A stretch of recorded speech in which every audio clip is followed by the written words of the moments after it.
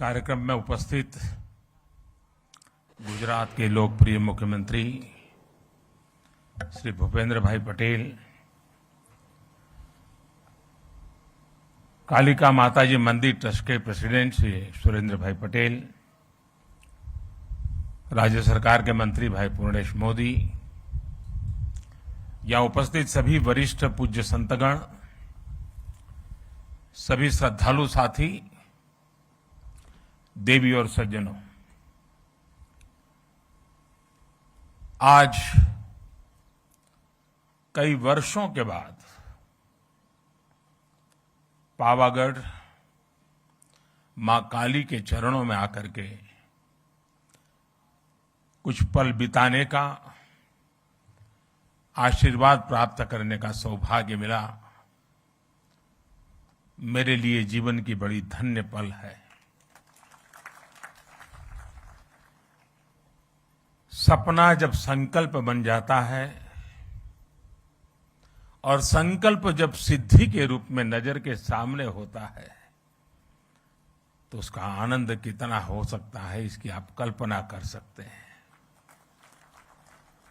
आज का ये पल मेरे अंतर मन को विशेष आनंद से भर देता है। कल्पना कर सकते हैं, 5 शताब्दी के बाद और आजादी के 75 साल बीतने के बाद 5 शताब्दी तक मां काली के शिखर पर ध्वजा नहीं फहरी थी। आज मां काली के शिखर पर ध्वजा,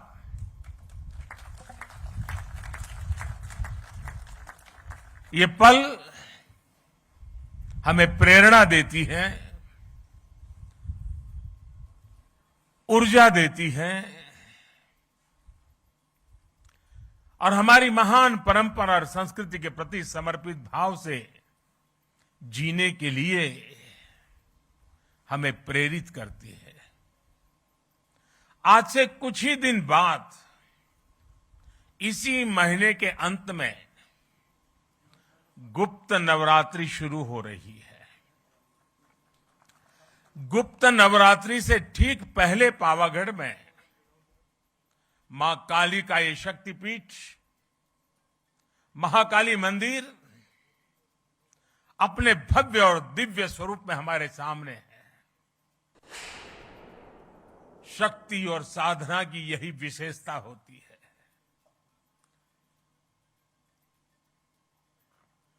गुप्त नवरात्रि है, लेकिन शक्ति सुप्त नहीं होती है, शक्ति कभी लुप्त नहीं होती है। जब श्रद्धा, साधना और तपस्या फलीभूत होते हैं तो शक्ति अपने पूर्ण वैभव के साथ प्रकट हो जाती है। पावागढ़ में महाकाली के आशीर्वाद से हम गुजरात और भारत की उसी शक्ति का प्राकट्य देख रहे हैं। आज सदियों बाद महाकाली का ये मंदिर अपने विशाल स्वरूप में हमारे सामने, हमारे मस्तक को भी ऊंचा कर देता है। आज सदियों बाद पावागढ़ मंदिर में एक बार फिर शिखर पर ध्वज फहरा रहा है। ये शिखर ध्वज केवल हमारी आस्था और आध्यात्म का ही प्रतीक नहीं है। ये शिखर ध्वज इस बात का भी प्रतीक है कि सदियां बदलती हैं, युग बदलते हैं, लेकिन आस्था का शिखर शाश्वत रहता है। भाई और बहनों, अयोध्या में आकर आपने देखा होगा भव्य राम मंदिर आकार ले रहा है। काशी में विश्वनाथ धाम हो या फिर मेरे केदार बाबा का धाम हो। आज भारत के आध्यात्मिक और सांस्कृतिक गौरव पुनर्स्थापित हो रहे हैं। आज नया भारत अपनी आधुनिक आकांक्षाओं के साथ साथ अपनी प्राचीन धरोहर को भी, अपनी प्राचीन पहचान को भी उसी उमंग और उत्साह के साथ जी रहा है। हर भारतीय उस पर गर्व कर रहा है। हमारा ये आध्यात्मिक स्थल हमारी श्रद्धा के साथ साथ नई संभावनाओं के भी स्रोत बन रहे हैं। पावागढ़ में मां काली का मंदिर का पुनर्निर्माण हमारी इसी गौरव यात्रा का एक हिस्सा है। मैं इस अवसर पर मां महाकाली के चरणों में नमन करते हुए आप सभी को हृदय से बहुत बहुत बधाई देता हूं। आज का ये अवसर सबका साथ, सबका विश्वास और सबका प्रयास का भी प्रतीक है। साथियों, अभी मुझे मां काली मंदिर में ध्वजारोहण और पूजन अर्चन का सौभाग्य मिला है। मां काली के दर्शन करते समय मैं सोच रहा था कि आज मां काली के चरणों में आकर क्या मांगू। मां काली का आशीर्वाद लेकर इतिहास गवाह है, स्वामी विवेकानंद जी मां काली के आशीर्वाद लेकर के जन सेवा से प्रभु सेवा में लीन हो गए थे। मां मुझे भी आशीर्वाद दे कि मैं और अधिक ऊर्जा के साथ और अधिक त्याग और समर्पण के साथ देश के जन जन का सेवक बनकर उनकी सेवा करता रहूं। मेरा जो भी सामर्थ्य है, मेरे जीवन में जो भी कुछ पुण्य है, वो मैं देश की माताओं बहनों के कल्याण के लिए, देश के लिए समर्पित करता रहूं। गर्वी गुजरात इस समय इस गर्वी गुजरात की धरती से, मां काली के चरणों से मैं देश की आजादी के अमृत महोत्सव का भी स्मरण करता हूं। साथियों, गुजरात ने जितना योगदान देश की आजादी की लड़ाई में दिया है, उतना ही योगदान देश के विकास में भी दिया है। गर्वी गुजरात भारत के गर्व और शान का पर्याय है। गुजरात ने भारत के व्यापार का भी नेतृत्व किया और भारत के आध्यात्मता का भी उसे संरक्षित करने का पूरा प्रयास किया। सदियों के संघर्ष के बाद जब भारत आजाद हुआ तो हम गुलामी और अत्याचार के घावों से भरे हुए थे। हमारे सामने उस अपने अस्तित्व को फिर से खड़ा करने की चुनौती, उसको लेकर के हम खड़े थे, लड़े थे। भारत के इस सांस्कृतिक आजादी की शुरुआत भी सरदार साहब के नेतृत्व में गुजरात से ही हुई थी। सोमनाथ मंदिर का पुनर्निर्माण राष्ट्र के पुनर्निर्माण के संकल्प के रूप में हमारे सामने आया। पावागढ़ और पंचमहाल आज सोमनाथ की उस परंपरा को आगे बढ़ा रहा है जिसने गुजरात को पूरे देश में पहचान दी थी। आज जो ध्वजा फहराई गई है वो केवल महाकाली मंदिर की ध्वजा नहीं है, बल्कि गुजरात और देश के सांस्कृतिक गौरव की ध्वजा भी है। पंचमहाल और गुजरात के लोगों ने सदियों से इस मंदिर की भव्यता के लिए प्रयास किए। अब सोने से बढ़े इस कलेश के साथ इस मंदिर से जुड़ा वो सपना पूरा हुआ है। आज पावागढ़ और पंचमहाल की तपस्या सिद्ध हुई है। पंचमहाल और इस क्षेत्र में पुराना तो मुझे याद है, आज की परंपरा मुझे उतना पता नहीं है, लेकिन जो पुराना मैं जानता हूं, जब भी कोई शादी विवाह होता था तो इस मंदिर में सबसे पहले भक्त आकर के शादी का जो निमंत्रण पत्र होता था वो मां के चरणों में रख देता था। और मुझे पता है उस समय तो जो यहां पुजारी और पंडित लोग हुआ करते थे, वो शाम की आरती के समय दिन भर जितने ऐसे निमंत्रण आए हैं उसको पढ़ करके मां को सुनाते थे, भक्ति भाव से सुनाते थे। सुरेंद्र काका कह रहे हैं आज भी चल रहा है। बाद में आशीर्वाद में माता की तरफ से मंदिर से जिन्होंने निमंत्रण भेजा है उसे उपहार भी जाता है। कितना बड़ा सौभाग्य। और परंपरा लंबे अरसे से चली आ रही है, लेकिन माता ने इस बार हम सबको आज सबसे बड़ा उपहार दिया है।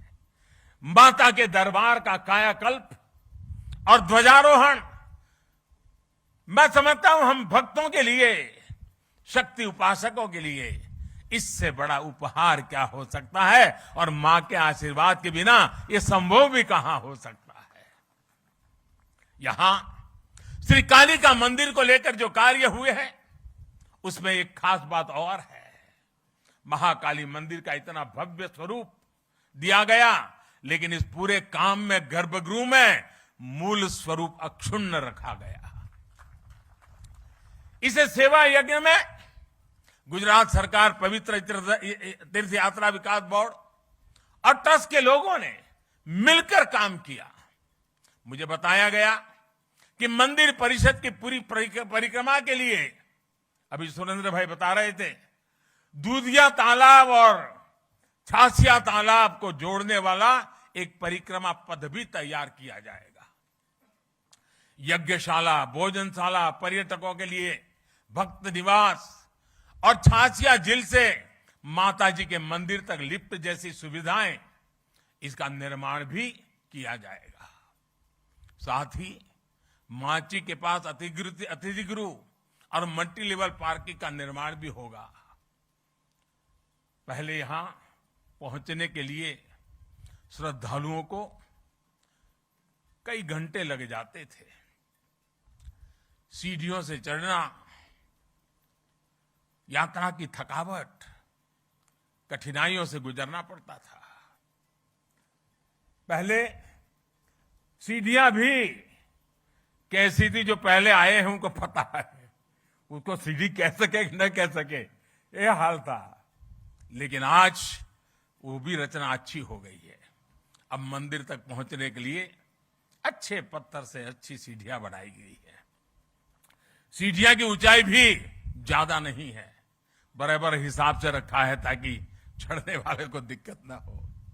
पहले मंदिर परिषद में 2 दर्जन लोग भी एक साथ नहीं पहुंच पाते थे। आज 100 से भी ज्यादा लोग एक साथ यहां आ सकते हैं, पूजा अर्चन कर सकते हैं। भीड़ का दबाव कम हुआ है तो यात्रियों के लिए सुरक्षा भी बढ़ी है।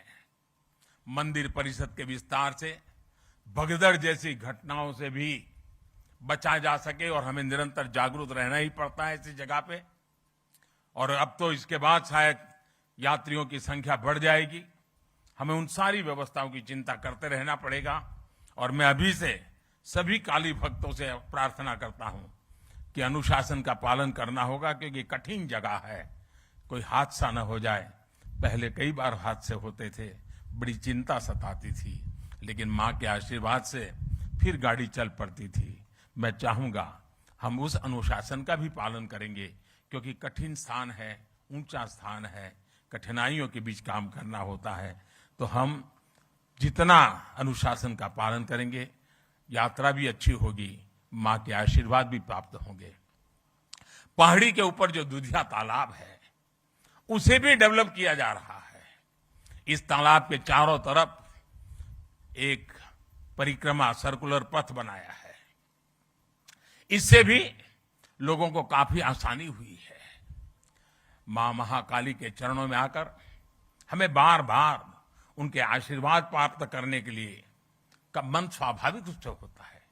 लेकिन पहले पावागढ़ की यात्रा इतनी कठिन थी कि लोग कहते थे कि कम से कम जीवन में एक बार माता के दर्शन हो जाए।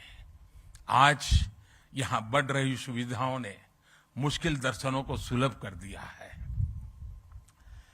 माताएं, बहनें, बुजुर्ग, बच्चे, युवा, दिव्यांग, हर कोई अब आसानी से मां के चरणों में आकर के अपने भक्ति का, मां के प्रसाद का सहज लाभ ले सकते हैं।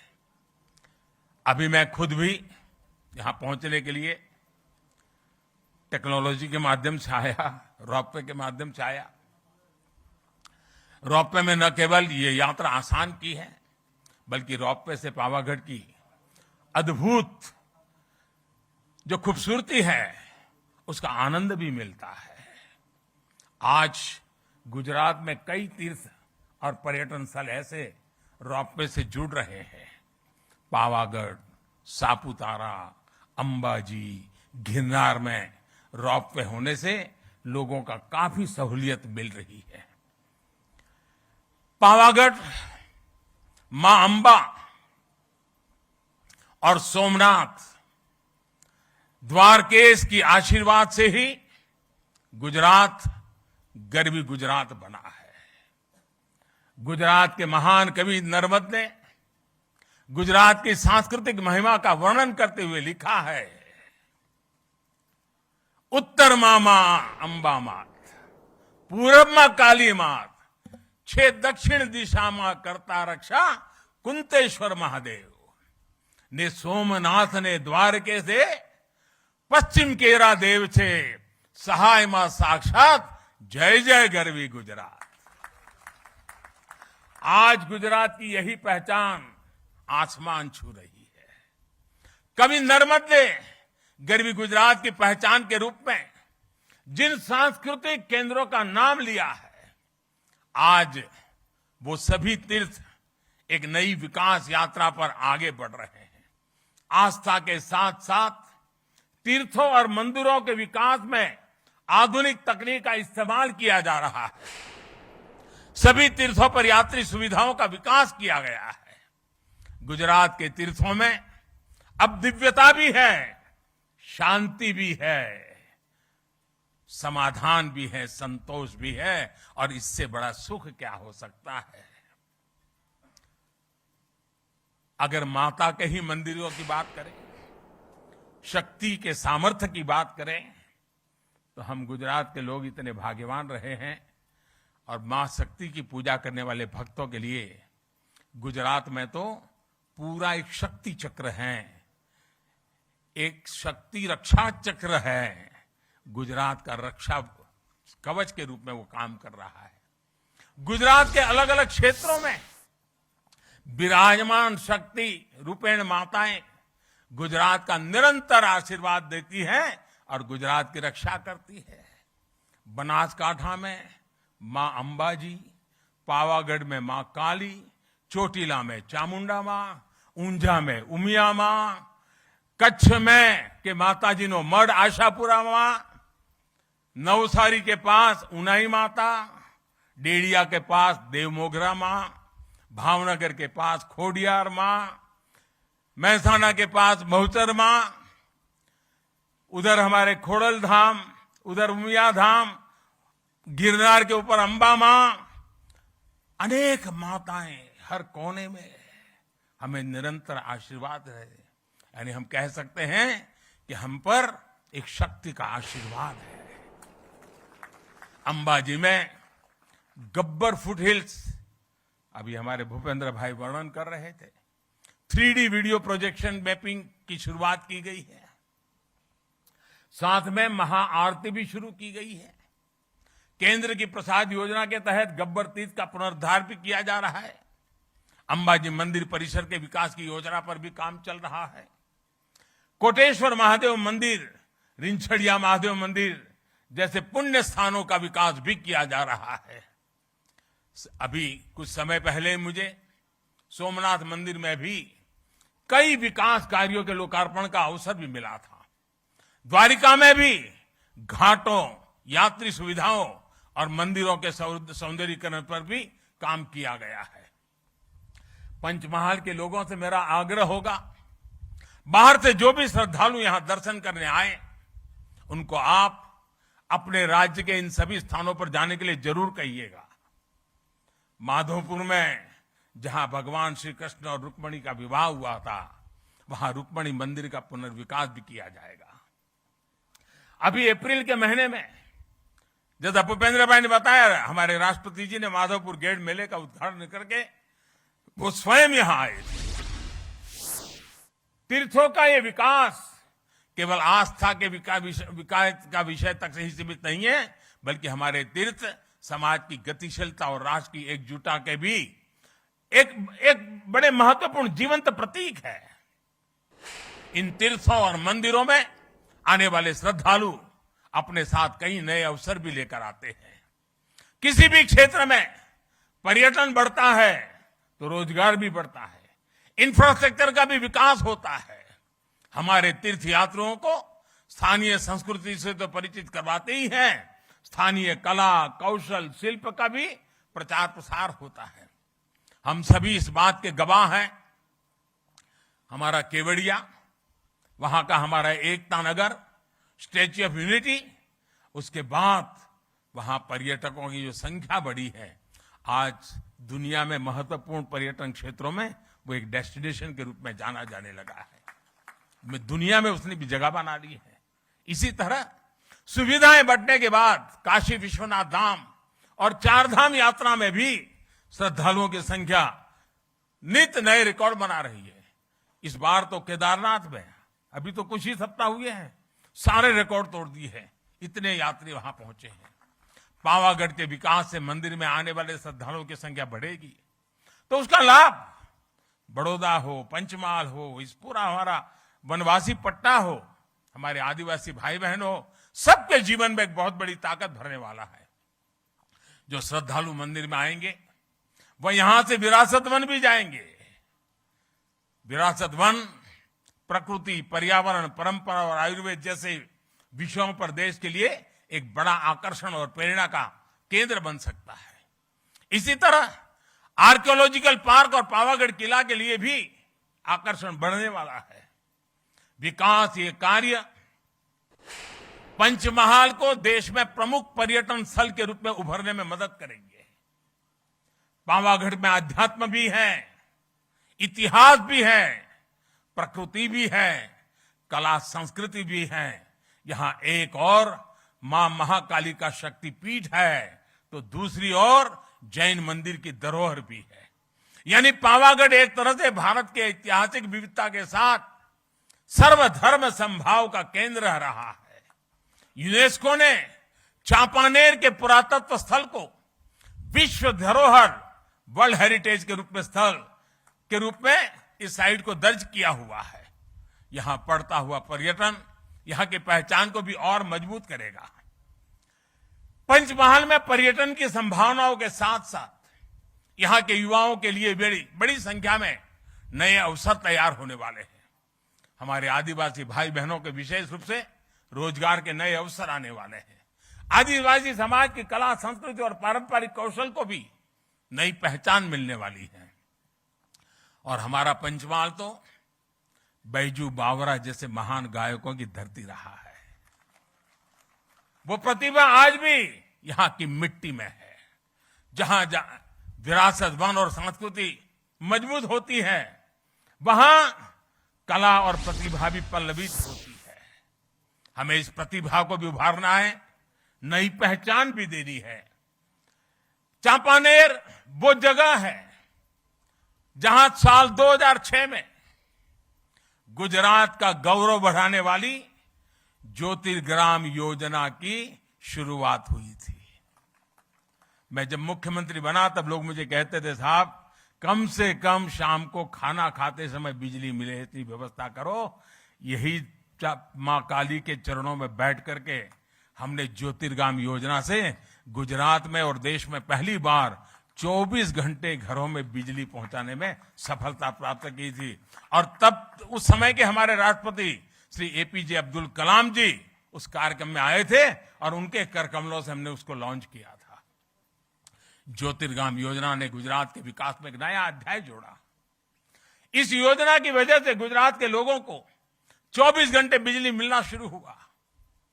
पावरगढ़ का नाम ही एक प्रकार से हवा का गढ़ है। यहां वासुदेव की विशेष कृपा रहती है। मुझे विश्वास है कि हमारे सांस्कृतिक पुनरुत्थान और विकास की जो हवा पावागढ़ में बह रही है, इसकी महक भी पूरे गुजरात और देश में पहुंचेगी। इसी भाव के साथ मैं महाकाली के चरणों में एक बार फिर मेरा नमन करता हूं। आप सभी को भी एक बार फिर बहुत बहुत शुभकामनाएं देता हूं। અને આજે જ્યારે મા કાળીના ચરણોમાં આવ્યું છું ત્યારે ગુજરાતનો વિશાળ ફલક અને અન્ય રાજ્યોથી પણ મા કાળીના ભક્તોની અનગિનત સંખ્યા ખૂબ શ્રદ્ધા સાથે અહીંયા આવતી હોય છે। એ શ્રદ્ધાળુઓને પણ અનેક અનેક શુભકામનાઓ આપું છું। કારણ એમણે જે સપના જોયા હશે, એમના પૂર્વજોએ જે સપના જોયા હશે, એમના પૂર્વજો જે આશા સાથે આવતા હતા અને નિરાશ થઈને પાછા જતા હતા, આજે એમના સંતાનો એમના પૂર્વજોને પણ કહી શકશે કે આપે ભલે કષ્ટ વેઠ્યા હોય પણ હવે યુગ બદલાણો છે। હવે મા કાલી પૂરા ગૌરવ સાથે આપણને આશીર્વાદ આપી રહી છે।